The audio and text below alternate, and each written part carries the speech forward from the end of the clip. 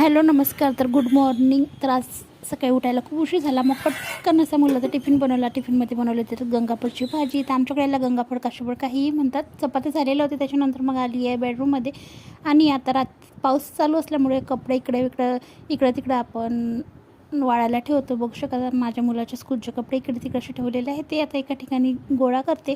आणि मग त्याच्यानंतर प्रेससुद्धा केलेले नव्हते, कारण की रात्री कपडे ओले असल्यामुळं मग प्रेससुद्धा राहिली होती. नाहीतर मग एरवी मी सर्व कपड्याची प्रेस रात्रीच करून ठेवते. तर तिथे सर्व कपडे जमा करून ठेवलेत. आणि त्याच्यानंतर मग घेतले प्रेस. पण त्याच्या आधी तुम्हाला दाखवते मी काल केलेली पेपर कटिंग. मी पेपर कटिंगच केली, अजून ब्लाऊज कटिंग राहिली. माहिती नाही आता कधी शिवेल, कारण की पेपर कटिंग केल्यानंतर मला भयानक पाठीचा असा त्रास झाला.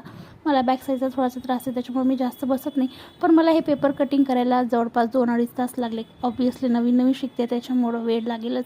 आणि मग घेतली मुलाचे कपडे प्रेस करायला. आणि मग कपडे प्रेस केले, त्याला नाश्ता वगैरे